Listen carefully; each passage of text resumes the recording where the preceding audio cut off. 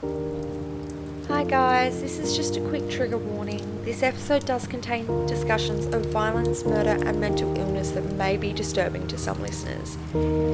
Now if you or someone you know is struggling, please reach out and seek some help. I'm going to provide some resources at the end of the episode if you want to skip ahead. Hello and welcome back my culty crime crew. I'm Bubbles, your host, and I'm so excited to have you back for another episode of Cozy Cults and Crimes. Now here in Australia, as the nights are starting to grow colder, there is nothing quite like a captivating true crime story to get lost in. I've got a steaming mug of tea in hand, though tonight's story might have me reaching for something a bit stronger, to be honest. Whatever could drink you're cozied up with, take a sip and settle in, because tonight we're diving into the bone-chilling story of Rodney Alcala.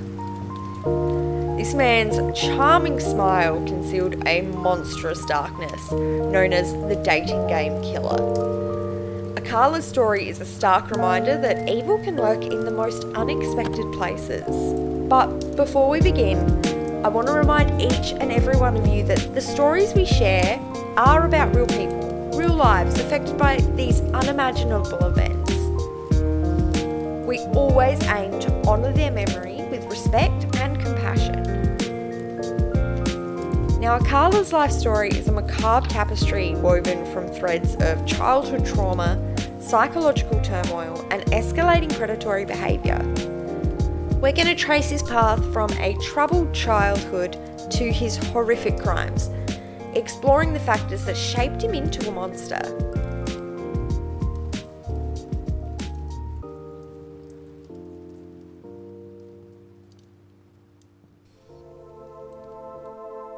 Rodney Alcala was born Rodrigo Jacques Alcala Bacor, I hope I've said that correctly, in 1943 in San Antonio, Texas. His early years were far from idyllic though. His childhood was marred by instability and emotional deprivation.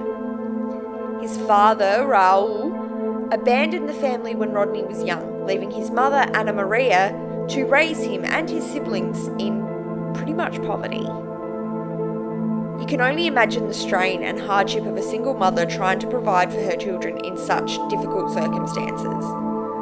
Ana Maria struggled to make ends meet and the family moved frequently, even spending time in Mexico. This constant upheaval disrupted Alcala's social development and education, depriving him of the stability and security that children need to survive and thrive.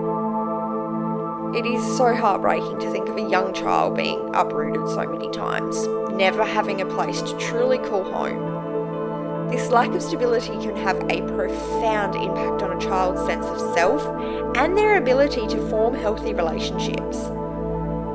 Now, it's not an excuse for Alcala's later actions, but it is a piece of the puzzle that does help us understand the complex factors that shaped him into who he was, or more like the monster he was.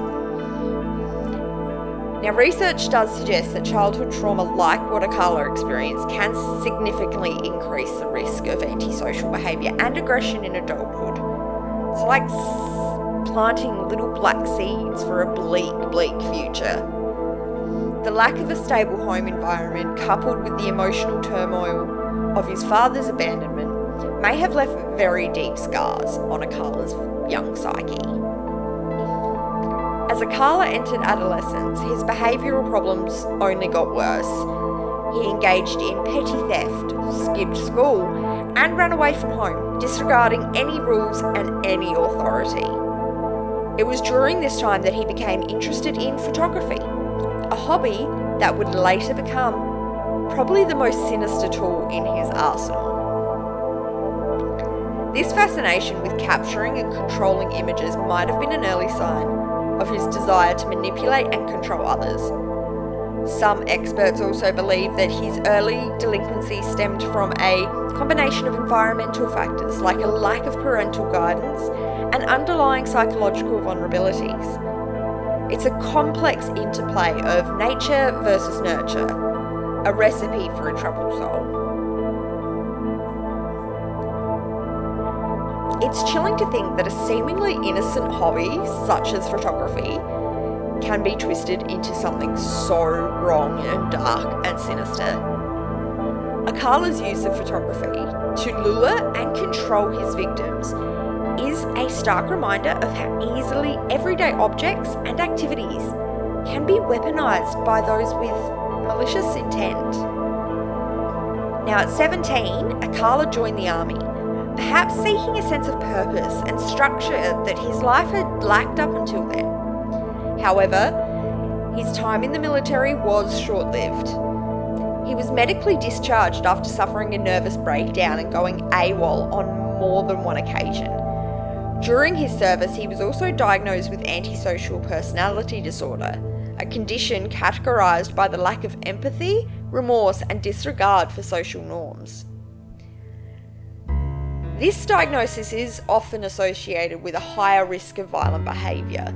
It's as if a switch had been flipped in Alcala's brain, removing the brakes on any and all his impulses, and paving the way for the darkness that would consume him. Despite this ominous diagnosis, Alcala's story was far from over. In fact, sadly, it was just the beginning.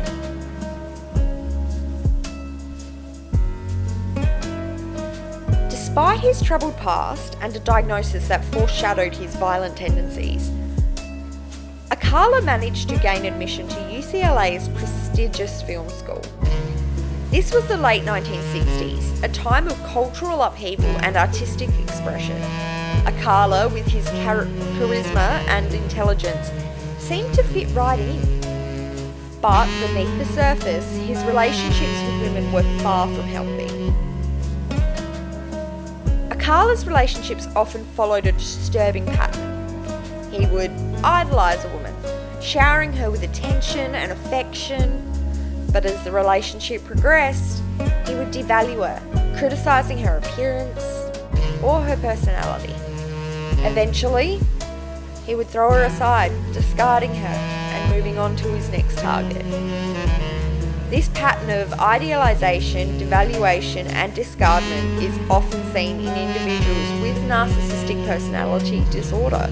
It's a pattern that many survivors of this narcissistic abuse can sadly relate to. The emotional rollercoaster of being adored one moment and criticised the next can be incredibly damaging. It's a testament to Alcala's manipulative nature that he could keep this pattern hidden from those around him, maintaining a facade of normalcy while exploiting and abusing his partners. Shows how manipulative he was. Alcala's manipulative behaviour extended beyond romantic relationships as well. He was known to isolate his victims from their friends and family, controlling their movements and communication. Another classic tactic used by abusers to maintain power and control over their victims. It's a chilling reminder that abuse often thrives in isolation. When victims are cut off from their support systems, they become vulnerable to manipulation and violence. It's essential to recognise the signs of coercive control and to reach out for help if you or someone you know might be experiencing it. In 1968, Alcala's predatory instincts took a horrifying turn. He kidnapped and sexually assaulted 8-year-old Tali Shapiro, luring her into his apartment under the guise of a photography session. This act was a turning point, revealing the depths of Alcala's depravity, but Tali miraculously survived the assault, and her testimony led to Alcala's arrest and conviction. In her own words, she later recounted, quote, "I knew that if I didn't fight for my life, I would die," end quote. Tali's story is a testament to the resilience of the human spirit. Despite the unimaginable trauma she endured, she found the courage to speak out against her attacker. Her bravery not only helped put Alcala behind bars, but also saved countless other potential victims from his clutches. Alcala was initially sentenced to 1 year to life in prison for the assault on Tali Shapiro. However, he was paroled after only 34 months, a decision that would have the most devastating of consequences. Upon his release, Alcala fled to New York under the alias John Berger. He enrolled in NYU's film school, blending into the new environment and continuing on with his predatory behaviour. One of the most twisted facts of this case to me is the fact that he even worked as a counsellor at a girls' camp, exploiting his position of trust to gain access to potential victims. It's so infuriating to me to think that someone with Alcala's criminal history could be allowed to work with children. I get at the time the laws weren't as strict, but still. This case highlights that importance of thorough background checks and vigilance in protecting vulnerable populations from predators like Alcala. Now, during his time as John Berger, Alcala continued to prey on young women, using his charm and photography skills to lure them into dangerous situations.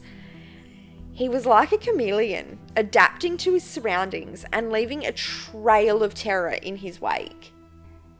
In the late 1970s, while still living under the alias of John Berger, Alcala embarked on a ruthless murder spree that would terrorize the state of California and solidify his place in the annals of true crime.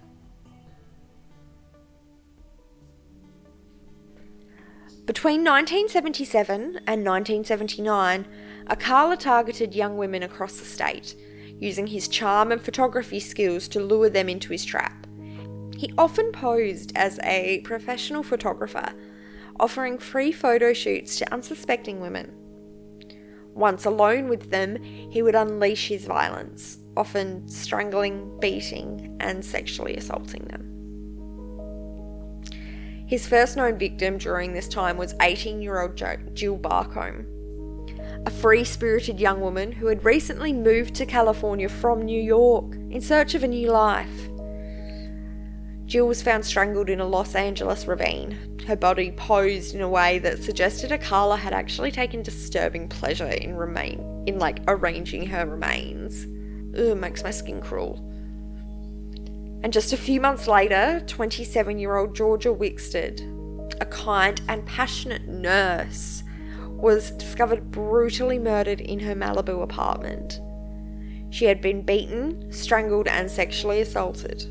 Her life tragically cut short by Alcala's senseless violence. The following year, in June 1978, 31-year-old Charlotte Lamb, a legal secretary known for her intelligence and wit, was found murdered in the laundry room of her El Segundo apartment complex.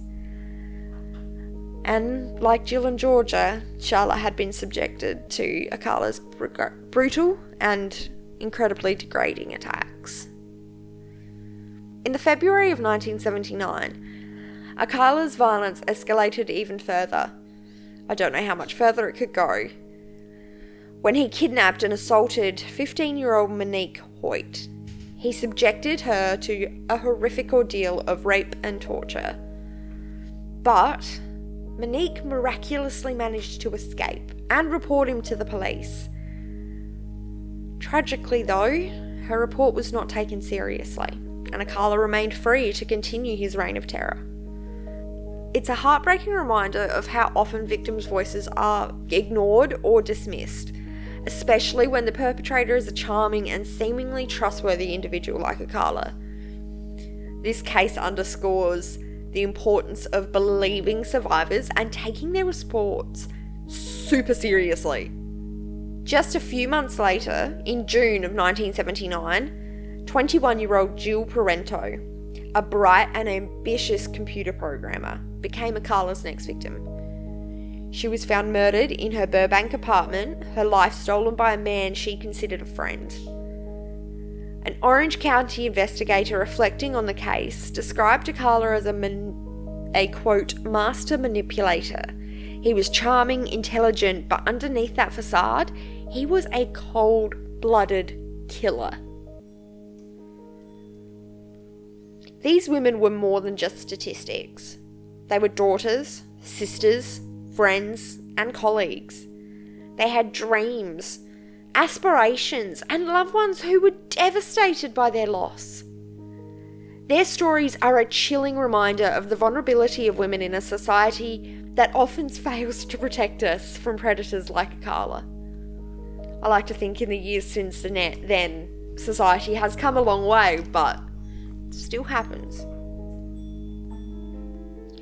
Alcala's ability to blend in and deceive was chillingly evident before his capture, in the most bizarrest twist of probably any crime case that I've come across. He appeared as a contestant on a popular TV show at the time called The Dating Game, and please take it to note, he was doing these attacks during this time.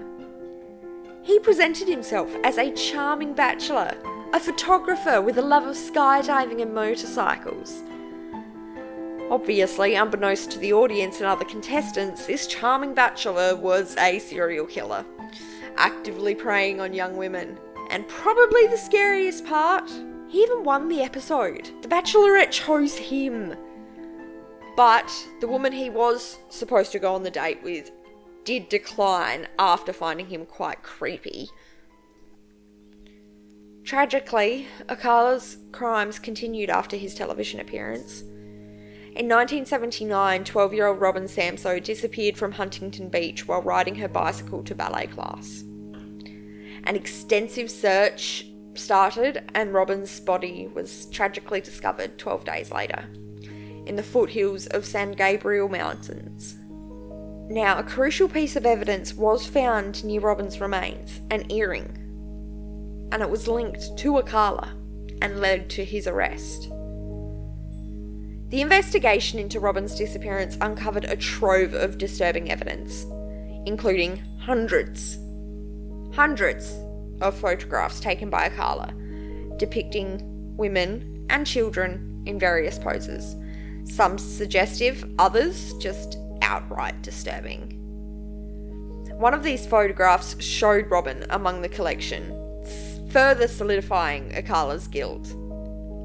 The legal battles that followed were a rollercoaster of convictions and appeals. Alcala was initially sentenced to death in 1980 for Robin's murder. It makes me so mad. But the sentence was overturned on appeal due to procedural errors. He faced multiple retrials, with his case becoming one of the longest and most complex in Californian history. Alcala, however, maintained his innocence throughout the trials. His attorney argued, quote, "Mr. Alcala maintains his innocence.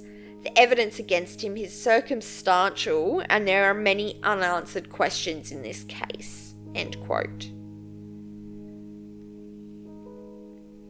Not until 2003 did DNA evidence link Alcala to several cold cases, including the murder of 4 other women in Los Angeles County in the late 1970s.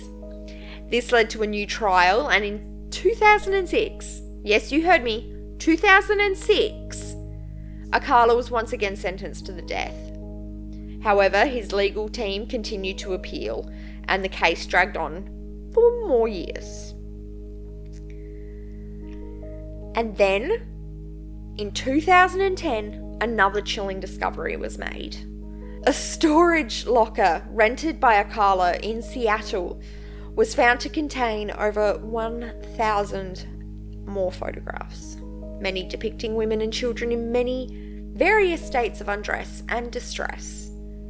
This horrifying collection raised the possibility that Alcala may have had many more victims that were previously unknown. The photographs sparked a nationwide effort to identify the individuals in the pictures and determine their fates. Some of the photos led to the identification of additional victims, while others remained unsolved mysteries to this very day. The sheer number of photographs and the chilling nature of their content painted a picture of a predator who had been operating undetected and unsupervised for years. Finally, in 2010, After decades of legal battles and appeals, Alcala was convicted of murder 5 times in California and sentenced to death for the 3rd and final time. He was also charged with 2 murders in New York, in which he pled guilty to in 2013. Unfortunately, in my opinion, Alcala died of natural causes in 2021 while awaiting execution, leaving behind such a legacy of pain, suffering, and unanswered questions. Prosecutor Matt Murphy, who fought so tirelessly to bring Alcala to justice, asserted this, quote, "This is a man who stalked and killed women for sport. He got a thrill out of it, and he deserved the death penalty." End quote. His appearance on the dating game serves as a haunting reminder that darkness can lurk beneath the surface of seemingly ordinary individuals. It's a chilling chapter in a story filled with tragedy and unanswered questions.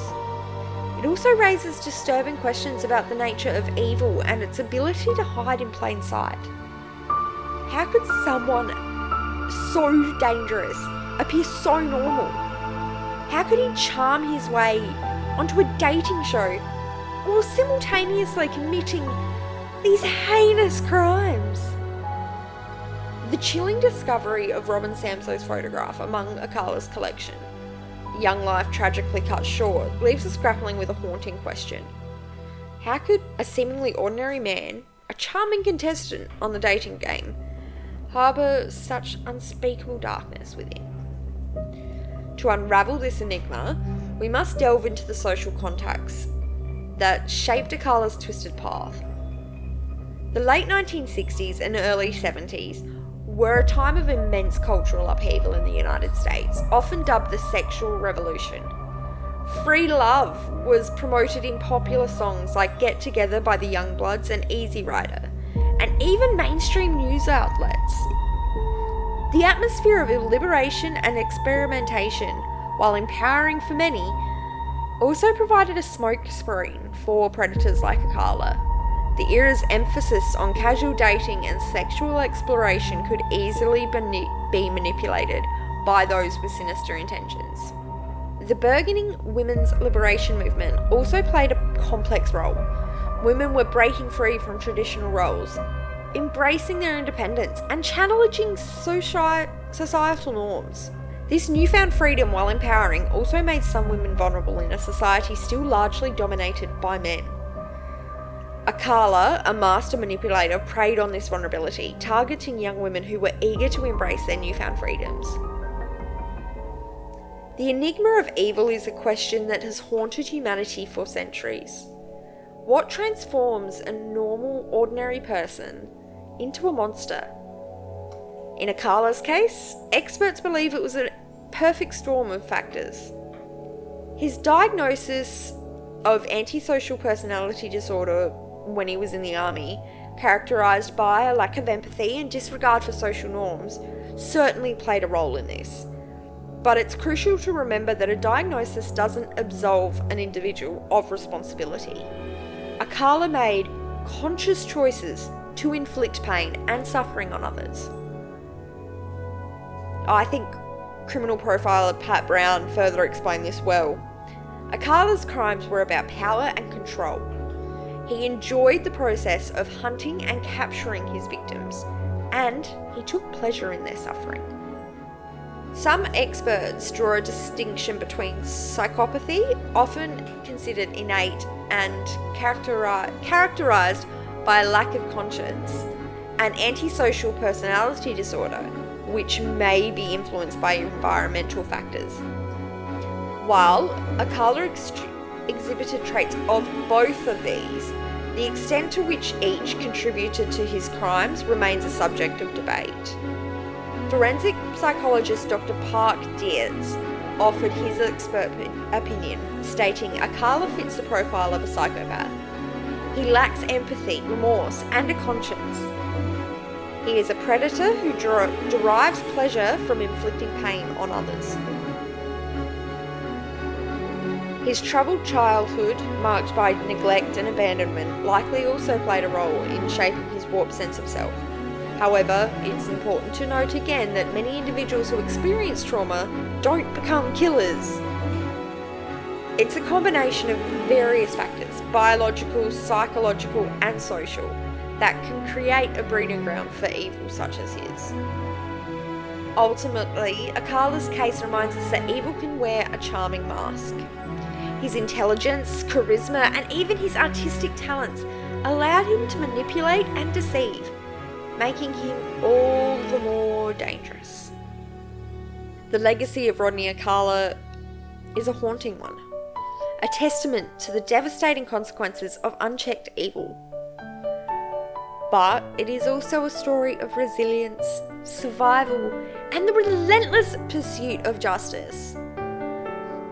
The courage of Alcala's survivors, who bravely shared their stories and helped bring him to justice, are an inspiration to all of us. Today, organisations like the National Centre for Victims of Crime in the United States continue to activate for the rights and support of survivors. By learning from the past, we can strive together to create a safer future for everyone. This story also forces us to confront uncomfortable truths about the nature of evil and the challenges of seeking justice. But again, it's a story of resilience, survival, and the unwavering pursuit of truth.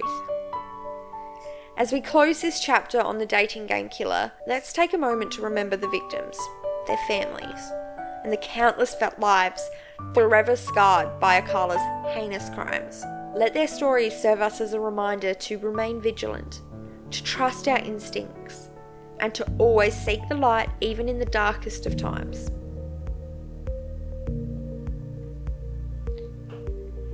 Now, as we prepare to part ways, my culty crime crew, I want to extend a heartfelt and warm invitation to you guys. If there is a crime or a cult story that you're curious about, that you feel needs to be told, I implore and invite you to email me at cozy.cults.crimes@gmail.com. That's cozy.cults.crimes@gmail.com. Or you can message me on Instagram at the same, cozy.cults.crimes. Your interests and insights help me shape these episodes, and I hope together we can continue to uncover the mysteries that lie hidden in the shadows, and do it in a way that's cozy and comfy and makes us all happy. Also, if today's episode has touched you or stirred something within, please take a moment for yourself, practice some self-care, reach out to a friend, or simply enjoy a warm cup of tea wrapped in your dressing gown. Not gonna lie, I'm literally wrapped in mine right now. Again.